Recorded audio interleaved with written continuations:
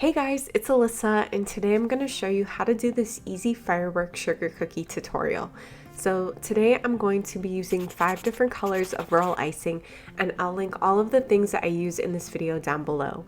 I'm also using my soft cutout sugar cookie recipe and my 2-ingredient royal icing recipe. I have videos for both, and I also have them linked on my website. I'm using a sun cookie cutter for the firework shape. Start by filling a piping bag and cutting a small hole at the tip.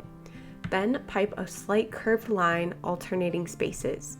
Pour some sanding sugar onto a plate or bowl and gently press the cookie down.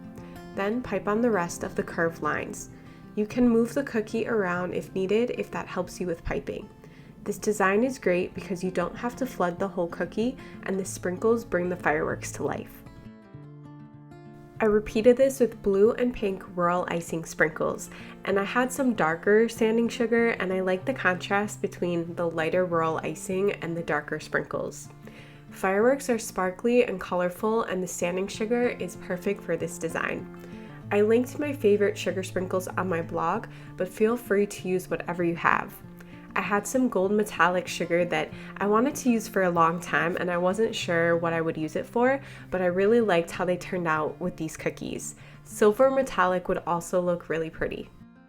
To complete this cookie set, I thought it needed some stars. So for those, I used a mini star cookie cutter. You want to outline and then fill in the stars with the royal icing. I decided to dip about half of them into the sprinkles and then leave the other half just plain.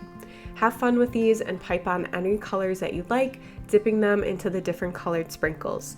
To serve, I arranged them on a large oval plate, and I love how this cookie set turned out. This is a great set for beginners who are still learning how to pipe on royal icing. To get the sprinkles back into a jar, dump them onto some parchment paper, fold it, and pour it through a funnel. Thanks for watching, guys, and I'll see you in the next video.